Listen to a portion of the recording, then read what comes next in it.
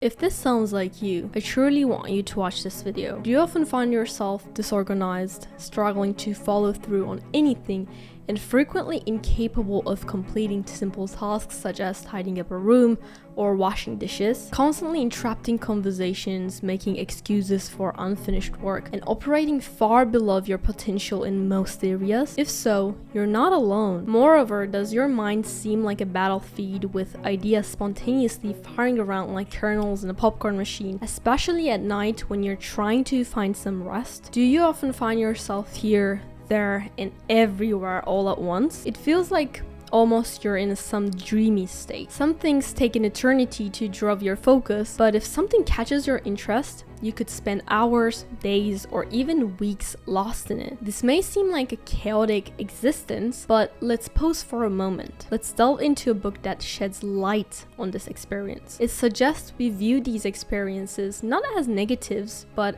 as aspects of a complex and intriguing entity, ADHD. This condition embodies a set of seemingly paradoxical tendencies such as lack of focus, but at the same time extraordinary ability to super focus, a directionless energy, but at the same time a potent entrepreneurialism, and also an out-of-the-box problem solving despite impulsive decisions. It's no secret that those of us with ADHD face challenges with time management, often pushing tasks to the last minute. The clock ticks differently for us, and we lack an internal sense of time, altering its nature within our minds. Despite these challenges, we have a strong will. We have a mindset of I would rather fail doing it in my way than succeed with help. Interestingly, we can also be incredibly generous. When we're feeling positive, we can be very optimistic, enthusiastic, and altruistic. We'll even give the shirt off our backs to help someone in need. This ADHD journey, while it might seem overwhelmingly challenging at times, it's not without its boons. It gives us an itch to change the conditions of life, a craving for improvement, a desire to supercharge reality. It provides us with an energy so intense, it's often mistaken for hyperactivity, a transparency so clear, it becomes honesty to a fault. Yes, we might be more susceptible to addictions and compulsive behaviors, but the flip side is that with the right creative outlet,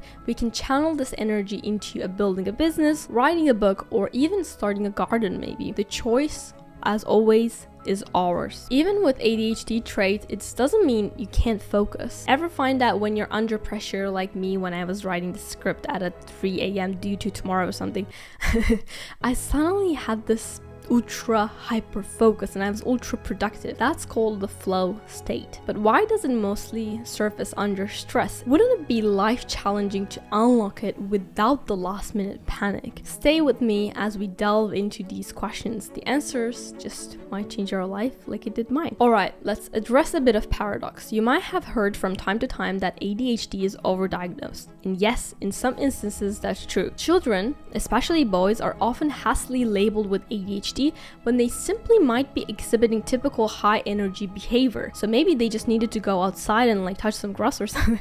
But here's where it gets tricky. ADHD is also significantly underdiagnosed. Many individuals, especially girls and women, fly under the radar for years, their symptoms mistaken for character flaws and simply dismissed. Now, here's why you should care. Overdiagnosis can lead to unnecessary medications and therapy, while underdiagnosis can rob people of the understanding and support they desperately need. It's a delicate balance we're still trying to strive, and this isn't just about those diagnosed with ADHD. These struggles, so staying organized, keeping focus, managing time, they're universal. ADHD or not, we all have our moments of disarray and distraction. So whether you've got an ADHD diagnosis, or maybe you suspect it, or maybe you're just here to learn, these tips are for you. They're about enhancing focus and productivity, skills that everybody can benefit from refining. So let's get back to it, shall we? It's important to emphasize that it's not a condition to be self-diagnosed or self-managed. If you believe that you or someone you know may have ADHD, I strongly encourage you to seek professional help. Expert advice can help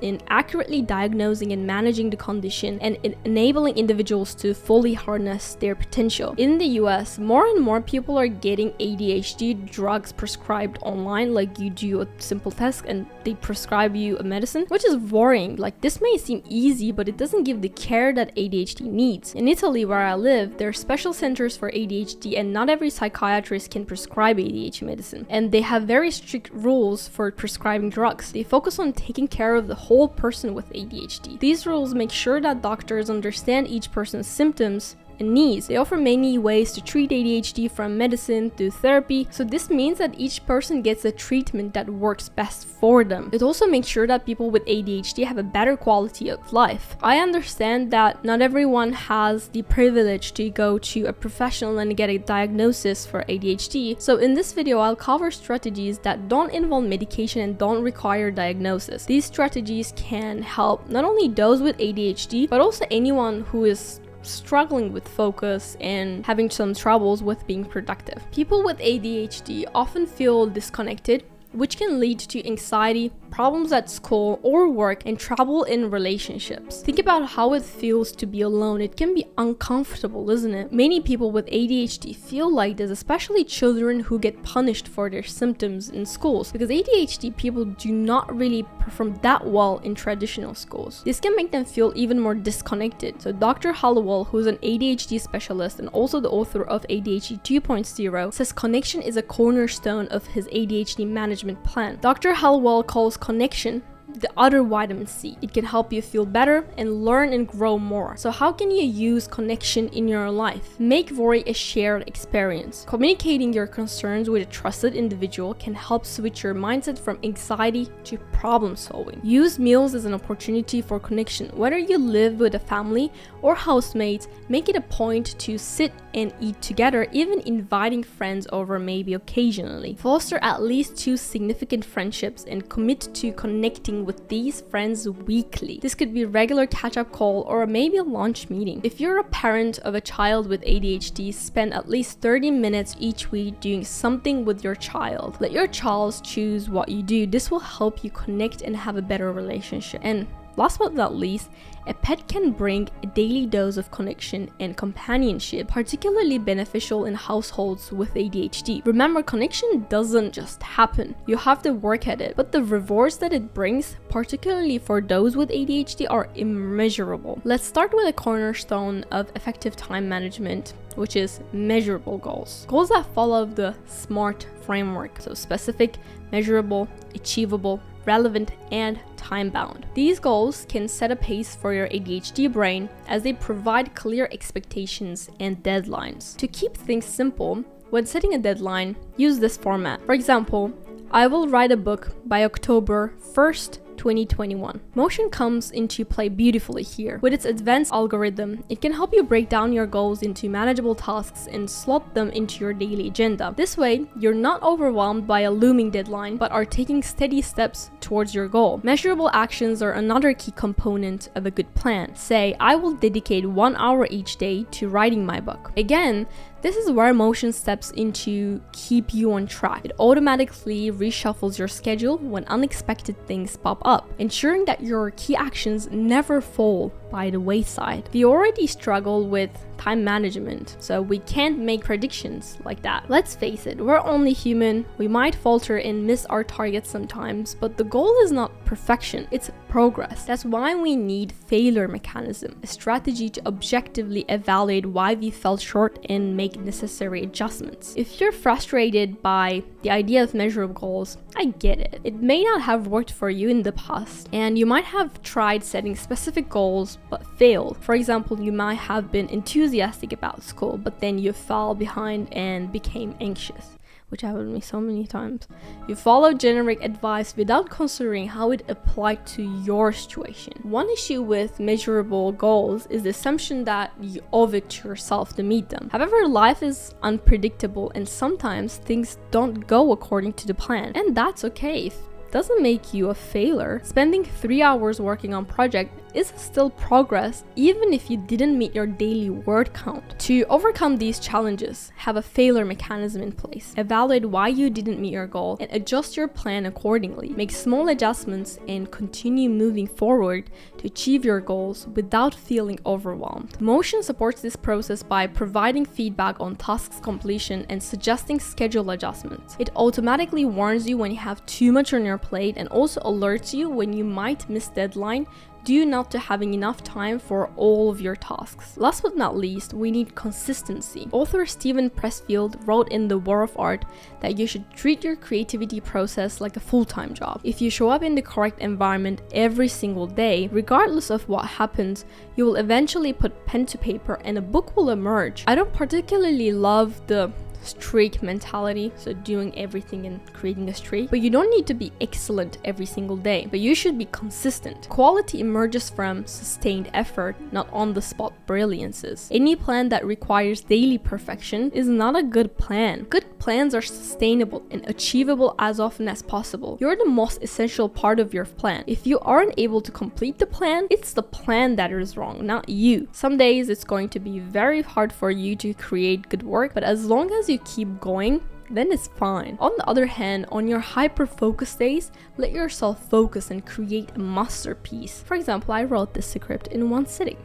Let yourself flow. Furthermore, a plan should fit your life. If you only have few free days per week or few hours in the evening, you shouldn't follow a workout plan meant for a professional millionaire athlete, You need something that caters to your life. The best plan is the one you can follow consistently. This can be especially challenging for ADHD brains, which why Motion's ability to block focus time and organize tasks efficiently is a game changer. It removes the worry of planning and allows you to focus on executing your tasks one day at a time. So, don't wait. Click the link in the description to start your free 7-day trial of Motion. Start saving hours a week now. This tool is poised to make a huge difference to your productivity each week, especially if you're grappling with ADHD. It's all about making your environment work for you, and Motion could be the perfect addition to your productivity toolkit. If you have ADHD, you might be good at something special, but you won't know until you find something that you really like and are interested in. Here's how to do it. Write a list of your talents, accomplishments, activities you enjoy, and areas you wish to improve. I know you're lazy, but do this, okay?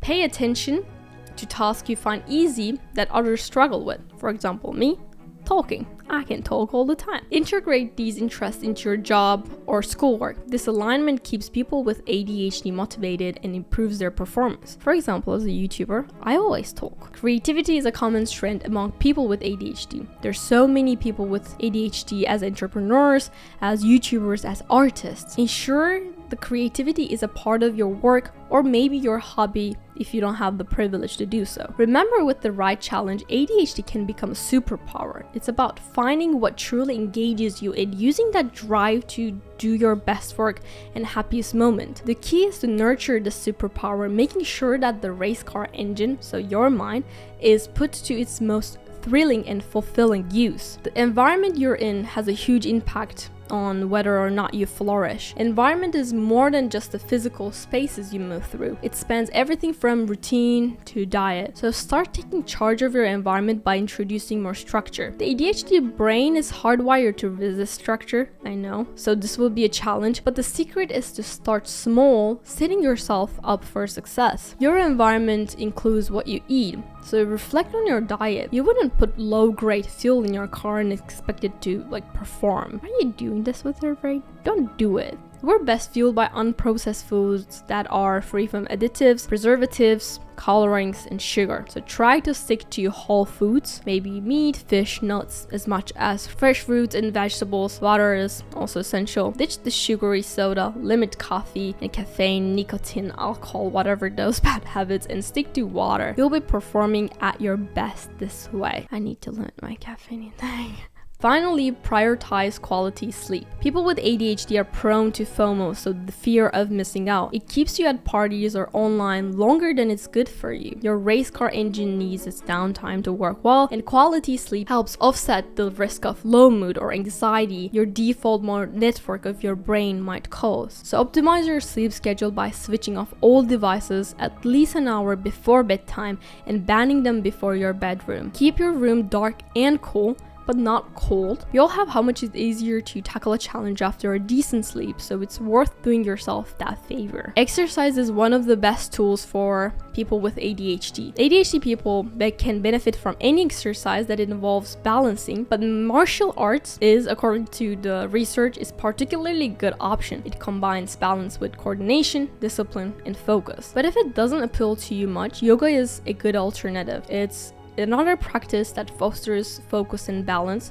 forcing you to concentrate on your body's alignment. Some forms have cardio exercises integrated into them too, so you can get that beneficial dopamine hit. 20 to 30 minutes of moderate exercises every day is all it takes to get those neurons firing. If you add balancing routines to your regular routine, you can actually renovate your brain. In 8 weeks, you will notice that your stress levels are lower. You will also have thickened that smaller part of your cerebellum, which is in charge of learning, memory, and emotional regulation, all areas that people with ADHD brains need a little bit of extra support with. Getting into the flow state with ADHD. For individuals with ADHD, achieving a state of hyperfocus, also known as the flow state, can be challenging. However, it's not impossible. Here's some practical tips to help you get into the flow state. Plan for the average. When planning your schedule or setting goals, don't assume you will be in a state of hyperfocus. Instead, follow for the average level of focus and productivity. This will help you avoid feeling overwhelmed or disappointed when you're not in the flow state. Set yourself up for success by eliminating distractions in your environment. This could mean finding a quiet, distraction-free workspace or using tools like noise-canceling headphones or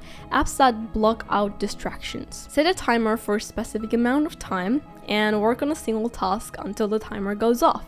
This can help you stay focused and getting sidetracked by other tasks or distractions. Keep track of your progress and celebrate small wins along the way. This can help you stay motivated and build momentum towards achieving your goals. In addition, always have a notepad and pen while working to capture any sudden thoughts or ideas that might come to your mind. External distractions can be annoying, but they're nothing compared to internal distractions. So I always dump my thoughts whenever I'm working because I'm bombarded with all these thoughts, ideas, and I want to go drink of water, I want to go there, here and there, and I feel like I'm gonna forget them. So as soon as something pops into my mind that is unnecessary and irrelevant to my work, I just dump it. I just do a brain dump, and after my work I came back to this paper to see whether I need to actually do those things. And in the majority of the cases, I don't. They're very irrelevant. To get into the flow state, it is recommended to use certain kind of music,